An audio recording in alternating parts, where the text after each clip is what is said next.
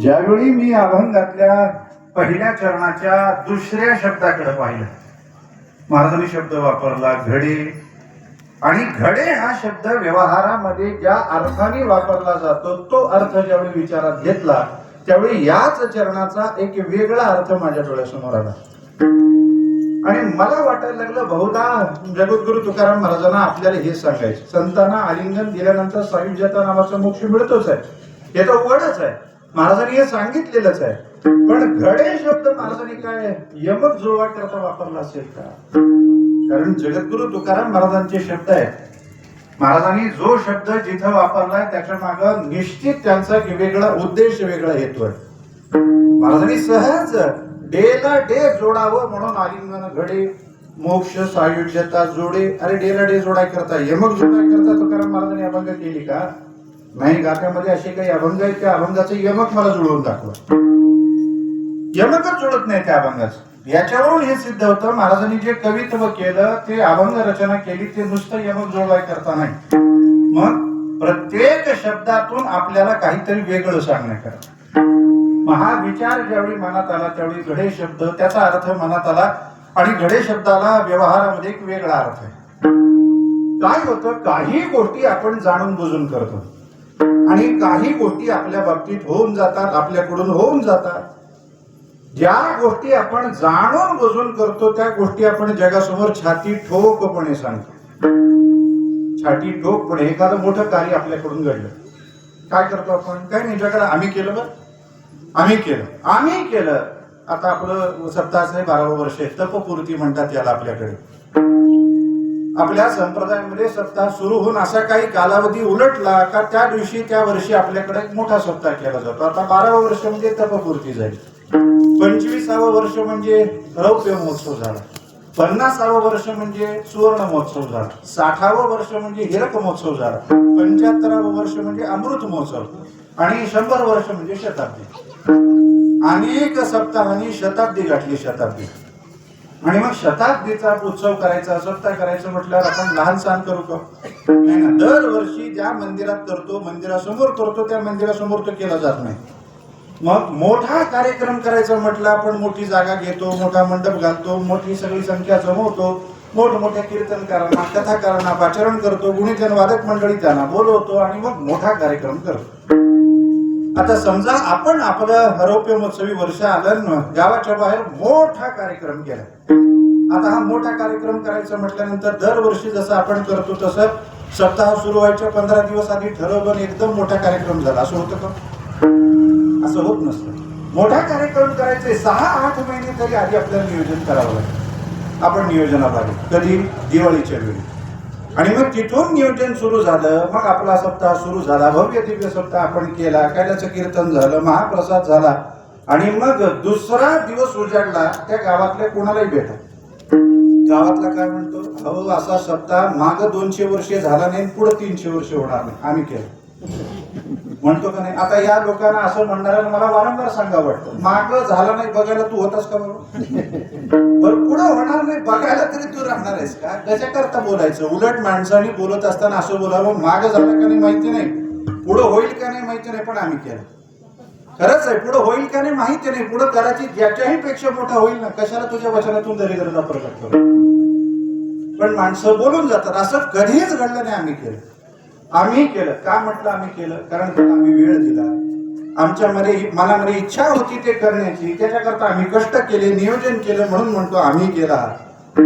पण याच गोष्टी ज्यावेळी आपल्याकडून होऊन जातात त्यावेळी काय करावं? एखादा मनुष्य घरामध्ये एखादं लग्न कार्य ठरवतो, लग्न कार्य ठरवल्यावर त्याला वाटतं की हे व्यवस्थित पार पाडेलच का नाही, मग आता काय करावं म्हणून विचारायला वाटतं काहीतरी लहान सहानसं करून उरकून घ्यावं. उरकायचा मनात विचार असतो, पण गावकरी मंडळी त्याला उचलून धरतात आणि एवढा मोठा त्याचा घरचा कार्यक्रम करून टाकतात. तो म्हणतो, महाराज माझ्या ध्यानीनं मध्ये माझ्यानं होईल का नाही वाटलं नाही, पण एवढं होऊन गेलं. का बरं बाबा? भाषा बदलली. कारण मी काही त्याच्याकरता केलंच नाही, नियोजन केलं नाही, माझ्या मनात इच्छा नव्हती, मी काही त्याला जास्ती प्रयत्नही केले नाहीत, पण एवढं मोठं घडलं. ज्यावेळी आपण जाणून बुजून करतो त्यावेळी छाती ठोकपणे सांगतो, छातीवर हात ठेवून सांगतो, पण आपल्या बाबतीत होऊन जातं त्यावेळी तो हात छातीवर जात नाही, तो कपाळावर जातो, भाग्याकडे, नशिबाकडे जातो. झालं काय, आपलं जसं गाव गुतमापूर तसं एका गावी सेवेसाठी गेलो. कीर्तन झाल्यानंतर सगळी मंडळी आपण जसं दर्शन घेतात तशी दर्शनाला मी दर्शन घेऊन गेली. आता मी उठण्याच्या विचारात होतो, एवढ्यात एक 80-82 वर्षाचे वृद्ध ग्रस्त काठी टेकवत टेकवत माझ्याकडे आले. आल्यानंतर दर्शन घेतलं, म्हणायला लागले, महाराज तुम्ही आता आम्हाला कीर्तनातून तुमच्या घराण्याचा इतिहास सांगितला, तुमची परंपरा सांगितली, 7 पिढ्यापासून तुम्ही पंढरीची वारी करता, पंढरपूरला चातुर्मासात राहता, तिथं भगवंतासमोर भजन करता, सगळं ऐकलं महाराज. पण एक प्रश्न निर्माण झाला. म्हटलं काय निर्माण झाला बाबा, खरंच तुम्ही पंढरपूरला वारीला जाता का? म्हटलं खरंच म्हणायचं काय बाबा, मी कीर्तनातून काय खोटं बोललो का? खरंच बोललो. म्हटलं तुम्हाला जो पाहिजे तो पुरावा मी द्यायला तयार आहे. तुम्हाला माझे भजन करतानाचे फोटो पाहिजे असतील फोटो दाखवतो, व्हिडिओ पाहिजे असतील व्हिडिओ दाखवतो, माझ्या दिंडीच्या पत्रिका पाहिजे असतील ते दाखवतो. नाही तिथं माणसं म्हणाल 100 नाही 200 माणसं लोक आहेत, तुम्ही फक्त म्हणा काय पुरावा पाहिजे. नाही महाराज मला तसं तुमच्या याच्यावर शंका घ्यायची नाही, पण मला असं वाटतं तुम्ही खरंच जाता. अरे जातो बाबा, जातो म्हणून त्यांना सांगितलं. मी म्हटलं पण तुम्ही काय एवढं विचारता? ते म्हणाले महाराज 82 वर्षाचं वय झालं बघा, पण अजून ती पंढरी कशी आहे कधी डोळ्यांनी पाहिली, अजून कधी पांडुरंगाचं दर्शन नाही. मी हात जोडले, म्हणलं बाबा मोठे मोठे भाग्यवान लोक मला भेटले, पण तुमच्यासारखा महाभाग्यवान भेटलाच नाही. महाराष्ट्रामध्ये जन्माला येऊन ज्यांनी पंढरी पाडली नाही, महाराष्ट्रामध्ये जन्माला येऊन ज्यांनी या देहाला चंद्रभागेची आंघोळ घातली नाही, महाराष्ट्रात जन्माला येऊन ज्यांनी आपलं मस्तक आपलं डोकं पांडुरंगाच्या चरणावरती टेकवलं नाही, म्हणलं असा महाभाग्यवान भेटलाच नाही. कशाला जन्माला आला? कमी महाराष्ट्रात तरी जन्माला यायचं नाही. मी तर म्हटलं महाराष्ट्र नाही, महाराष्ट्राच्या आजूबाजूच्या प्रदेशामध्ये आमचा जिथं वारकरी संप्रदाय आहे त्या प्रदेशाच्या पलीकडे कुठेतरी जन्माला पाहिजे होता. म्हणलं तुम्ही तर महाराष्ट्रात जन्माला तर नाही महाराज, म्हणजे काय करावं तरी जमतच नाही बघा. प्रपंच करण्यामध्ये पंढरपूर करण्याचं, पंढरपूरला जाण्याचं राहून गेलं. मी आता थोडस बोलून तिथून निघालो, पण गाडीत बसल्यावर वाटलं चुकलं आपलं. नसेल एखाद्याच्या भाग्यात पांडुरंगाचं दर्शन, नसेल एखाद्याच्या भाग्यात चंद्रभागेची आंघोळ, नसेल एखाद्याच्या भाग्यात पंढरीची वारी, कशा करता आपण बोलायचं? त्याच्या भाग्याला दैवाला दोष देणार आपण कोण? आपण भाग्य घेऊन जन्माला आलो म्हणून आपल्या डोळ्याला देव दिसला. त्याच्या भाग्यात नसेल बाबा, आपण विनाकारण बोलून आलो म्हणजे चुकला.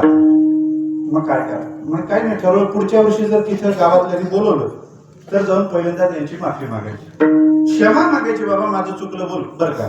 आणि योगायोग दुसऱ्या वर्षीचं निमंत्रण आल्यानंतर त्या गावी गेलो. कीर्तनाला उभं राहिल्यानंतर बघायला लागलो ते बाबा दिसतात का कोण.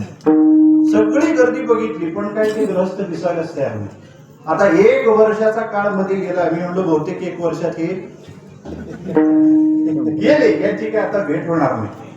झालं म्हणे आपल्या मनात राहून जाईल. आपण क्षमा मागणार होतो ती काय आपल्याने आता होणार नाही. जाऊ दे म्हणे, जे देवाच्या मनात पांडुरंगाच्या मनात असेल ते असेल असं म्हणून मी कीर्तन सुरू केलं. कीर्तन संपल्यानंतर पुन्हा तिथं व्यासपीठावर बसवलं. सगळी मंडळी दर्शन घेऊन झाली. आता म्हणलं जाऊ दे, त्या बाबांची वाट बघण्यात अर्थ नाही.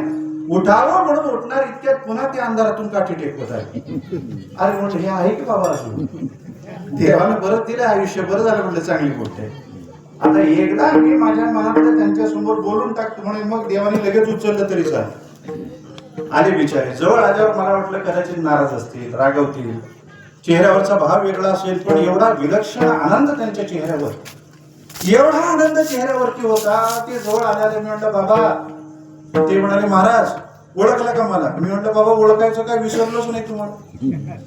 कारण बोलणंच एवढं होतं, तुमच्यापेक्षा माझ्या मनाला जास्ती लागलं. माझ्या मनात होतं तुम्हाला क्षमा, तुमच्या समोर येऊन क्षमा मागायची, त्याच्यामुळे विसरलोच नाही तुम्हाला. मी चुकलं बरं का माझं, मी तुम्हाला बोललो मागच्या वेळी. ते म्हणाले जाऊ द्या महाराज, त्याचं काय असं, तुम्ही बोललात म्हणजे काय, तुमचं बोलणं बरोबर होतं, पण महाराष्ट्रात जन्माला येऊन जो पंढरपूरला जात नाही त्याचं जीवन काय अर्थ आहे? त्यांनी मनुष्य म्हणून जन्म घेऊच नाही. हे तुमचं बरोबर होतं, तुमचं देवावरचं, पांडुरंगावरचं, चंद्रभागेवरचं, पंढरी क्षेत्रावरचं संप्रदायाचं प्रेम त्याच्यातून दिसेल. मला ते म्हणायचं नाही. मी म्हटलं बाबा ठीक आहे, बरं आहे, तुम्ही मला माफ केलं असेल, क्षमा केली असेल, पण एवढा आनंद चेहऱ्यावरती कशाचा आहे? ते म्हणाले महाराज काय सांगावं, आयुष्यात कधी पंढरी घडेल का नाही असं वाटलं होतं, पण एकदा घडली. बरं कसं काय घडली? मी काही नाही म्हणे महाराज, माझ्या घराच्या समोर बाजीवर बसलो होतो. एक मोठी गाडी आली, उभी राहिली बाजूला. 4 मुलं आली गावातली, त्यांनी उचललं मला, अक्षरशः बगलेत हात घालून उचललं, गाडीत बसवलं. अरे कुठं नेता, चला काय विचारू नका, चला. कुठं नेता न सांगता मला पंढरपूरला आणलं. चंद्रभागेत नेऊन त्यांनी आतून बाहेरून धुवून टाकलं. आंघोळ घातली, मला पुंडलिकाचं दर्शन झालं, कथा कीर्तन श्रवण झालं, नगर प्रदक्षिणा झाली, पांडुरंगाचं दर्शन झालं आणि मग घरी आल्यानंतर जो आनंद महाराज मनामध्ये निर्माण झाला, वाट पाहत होतो तुमची, कधी एकदा तुम्ही मला भेटता, मी तुम्हाला कधी एकदा सांगतो. वाटलं होतं आयुष्यात कधी पंढरी घडेल का नाही माहिती नाही, पण एकदा घडली बरं का. काय शब्द वापरला? एकदा पंढरी घडली. आणि आम्ही काय म्हणतो? आम्ही जातो वारीला, छाती ठोकपणे सांगतो, त्याचा हात छातीवर नाही कपाळावर गेला. माझ्या भाग्यात होतं का नाही माहिती नाही, पण एकदा भाग्य उजळलं आणि मला पंढरी घडली. आता हा घडली शब्दाचा अर्थ काय तिथं आहे तो इथे घ्या. अवघड वाटत असेल सोपं करून सांग. महाराज म्हणतात एखादं कर्म तुम्ही जाणून बुजून केलं तर तुम्हाला फल वेगळं, आणि एखादं कर्म तुम्ही अजाणतेपणाने केलं तर ते वेगळं. असं कदाचित कर्म सिद्धांत सांगत असेल, पण भक्तीत असं नाही बाबा. समजा आता कीर्तन झालं, कीर्तन झाल्यानंतर तुम्ही घराकडे निघाला तर समोरून तुमच्या विरुद्ध बाजूने अंधारामधून कोणीतरी येताना दिसते. डोक्याला काहीतरी बांधलेलं आहे, हातात लांब काठी दिसते. आपल्या गावच्या विरुद्ध दिशेने अंधारातून यायला लागला, आपल्याला भीती वाटली, अरे कोणीतरी काठी घेऊन येतो म्हणजे चांगला माणूस नाही, चांगल्या विचाराने येत नाही. आपण घाबरून तिथेच थांबलो. 2-5 मिनिटानंतर ते थोडेसे पुढे आले, त्यांच्यावर उजेड पडला. उजेड पडल्यावर आपल्याला सगळं दिसायला लागलं, आपण हसायला लागलो. पहिले घाबरलो होतो, पण आता हसायला लागलो. अरे कोणाला घाबरलो आपण, या ना. याने डोक्यात काहीतरी बांधलं, काहीतरी नाही, पटका आहे, हातात लांब काठी आहे, काठी नाही ती विणा आहे. कोणीतरी वारकरी दादा दिसतात, प्रवासाला निघालेत, आपल्या गावी आले, बरं झालं येऊ द्या. ते जवळ आले, आपण त्यांच्या जवळ गेलो. जवळ आल्यावर स्पष्ट त्यांचं दर्शन झालं. कपाळावर सुगंध दिसलं, गालावरच्या मुद्रा दिसल्या, गळ्यातल्या टपोऱ्या तुळशीच्या माळा दिसल्या, मुखाला चालू असणारं नामस्मरण कानावरती पडलं. त्यांचं दर्शन घेतल्यावर पाहिल्यावर त्यांना आपल्याला असं वाटायला लागलं की यांच्या पायावर डोकं ठेवून नमस्कार करा. आणि म्हणून आपण त्यांना जवळ येऊ दिलं. जवळ आल्या त्यांचे पाय असे घट्ट धरून पायावरती डोकं ठेवून नमस्कार केला. आता नमस्कार करणाऱ्याला हे माहित नाही, ज्यांना आपण नमस्कार करतो आहोत ते जगद्गुरु तुकाराम महाराज आहे. ओळखलं नाही, आलिंगन दिलं, काय वेगळं फळ मिळणार आहे? नाही, फळ तेच आहे, मोक्ष सायुज्यता जोडे. आणि मी अंधारात नुसती महाराजांची आकृती दिसली, चालू कीर्तनातून धावत पळत जाऊन महाराजांच्या चरणाला आलिंगन दिलं. मला काही वेगळं फळ आहे? महाराज म्हणतील तू ओळखून आलिंगन दिले बाबा, त्याने न ओळखता दिलंय, तुला वेगळं फळ, त्यांना वेगळं फळ नाही. महाराज म्हणतात कसंही तुम्ही जाणून बुजून आलिंगन द्या किंवा तुमच्याकडून घडू द्या, फल मात्र एकच आहे, विठ्ठल.